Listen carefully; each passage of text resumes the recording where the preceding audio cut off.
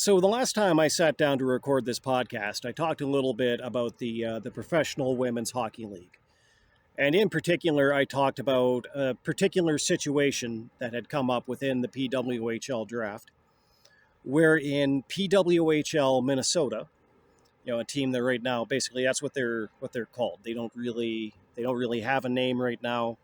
They're just Minnesota's PWHL team. I understand they are going to name the team eventually, but for the time being, they're just PWHL Minnesota. They drafted a player in the second round by the name of Britta Curl, and there were a lot of people that consider themselves to be fans of this league, and a lot of people who are ostensibly supposed to be journalists that cover this league that didn't like the detail that Britta Curl was selected in the draft. They seem to think that she should have been excluded because Britta Curl is of the opinion that, trans women who are biologically male, trans women, they're born male, they transition into being, well, not women, but rather trans women. It is a distinct category, whether any of the activists like it or not. But she doesn't think that biological women should have to compete against trans women in a women's hockey league, and she is absolutely right to have that opinion. Not only does she have the right to have that opinion, but she is absolutely right to have that opinion. There is no other right opinion. People who feel that that trans women should be able to play hockey against women that are, considerably smaller than them, not as strong as them, not as fast as them, less bone density, a shorter wingspan, like across their, like from the shoulders down the arms and whatnot. Players that were born male and then transitioned to be trans women. They have they have an advantage there. They have an advantage in strength, in pretty much all of those things. Lung capacity is another area where men biologically have have a physical advantage over women. And with all of those different physical advantages, probably should not be able to go on the ice and play against biological women in a game that is perhaps more than anything else, it's adjacent to violence more than perhaps any other sport. I mean, I said this the last time out.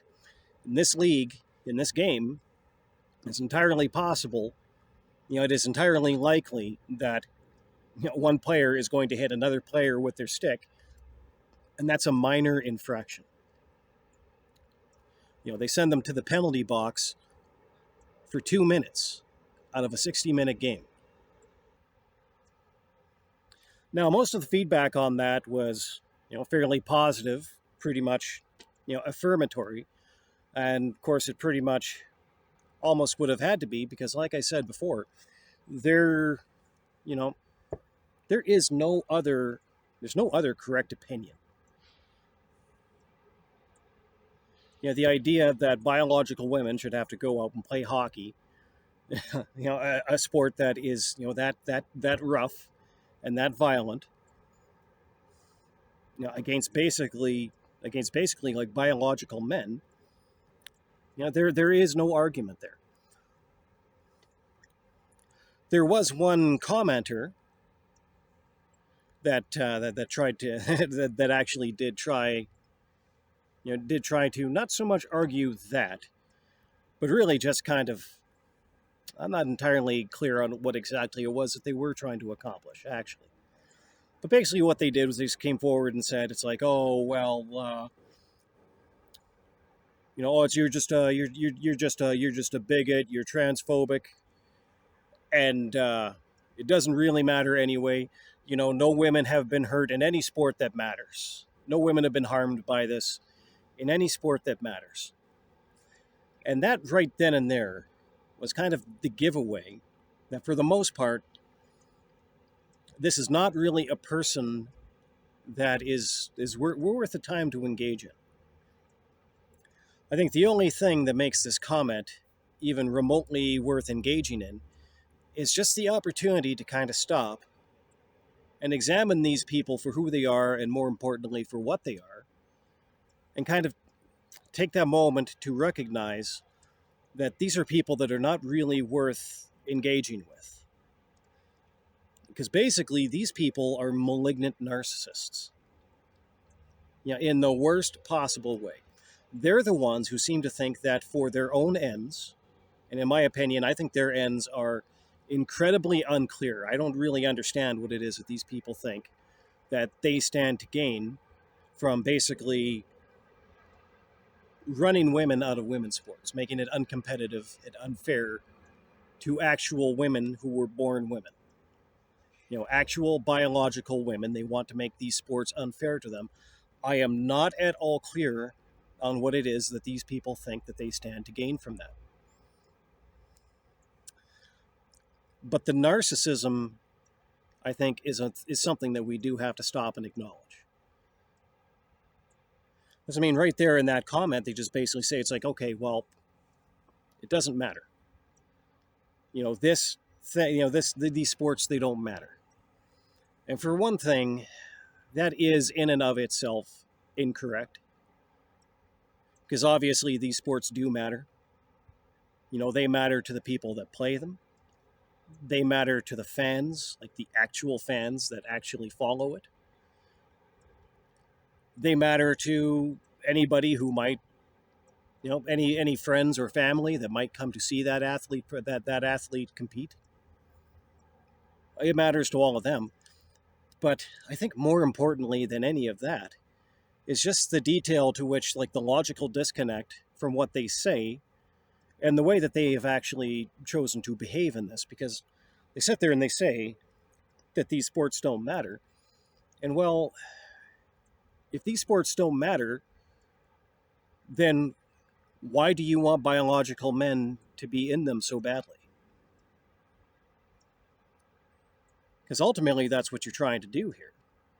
You're trying to push biological men into a women's sport, which you say doesn't matter, but obviously they matter enough to you that you want to decide who can or can't be in them. Because quite frankly, if you were being honest about your lack of care for these sports, the lack of importance on them, you wouldn't have even taken the time. You would have just gone off, done something else. You would have focused on something that matters. But instead, you chose to spend your time and your energy and your focus on this. So obviously these things do matter. They matter to you. And to whatever ends that is, I couldn't even begin to hazard a guess. But the fact is that when you're dealing with people like that, the first thing that you actually have to find, you have to identify, where the source of their self-interest. Or in some cases, maybe you have to identify, actually kind of like a specific, lack of self-interest. The example of Megan Rapinoe, the former goaltender of the United States women's soccer team. Recently they tracked her down. Somebody tracked her down in the middle of a pride parade, and they questioned her on why she supports biological men being able to compete in women's soccer. They asked her about that, and then she basically decided that she didn't, she would rather decline to answer. She'd rather ignore the questioner rather than explain why it is that she waited until she was retired from women's soccer to become supportive of biological men playing in that sport. Given the high likelihood that her spot on the Olympic team, which is pretty much solely the sole basis of her fame, of any kind of social influence that she might have, everything, all of that just related to her being the goaltender on this team. Suddenly, now that she's not at risk of losing her position, somebody else is likely to lose their spot on the team. if she got her way. I don't think that's a coincidence. And if you want to talk about, narcissism and self-interest, I mean, Megan Rapinoe, she's pretty much the case study in both of those things. I mean, for God's sake, you're actually talking about the woman who participated in the, for lack of any better phrase, the campaign to chase beautiful women out of Victoria's Secret's advertising and then replace them with herself. That's how narcissistic Megan Rapinoe was. That she basically sat down and said that, okay, you know what? This brand that for all of these decades, has built its brand identity, with these extremely beautiful women, these Victoria's Secret angels. It's like, oh, well, nobody wants them anymore. Now what they want is me. And even if what they want isn't me, it doesn't matter. We're going to do this, and then they're going to have to they're going to have to either, they're going to have to accept that it is me, or there's going to be nothing there at all. And it kind of seems like Victoria's Secret, ever since then, has pretty much been well on the way, to that being the case. Because whatever it was, that it was obviously pretty clear what it was that people, including women, actually wanted from that brand. And no, it was not Megan Rapinoe. And personally, I don't think that what anybody has ever wanted out of women's sports, is for women to be pushed out of these sports and replaced by biological men. I mean, except, of course, for these extremely narcissistic and extremely unintelligent people. I guess once you don't really have a personal stake in something, once you don't really have an iron in that fire, I guess the only thing that you really care about is either what makes you feel good or what makes somebody else feel bad. And that is, somebody with that kind of attitude is not the kind of person who should be deciding the future of women's sports. And quite frankly, they are not the kind of person who should be listened to when they do pop up. I honestly don't even want to give them that much oxygen in terms of that, but I think that it is worthwhile to do it just to identify them as somebody whose opinion really does not matter.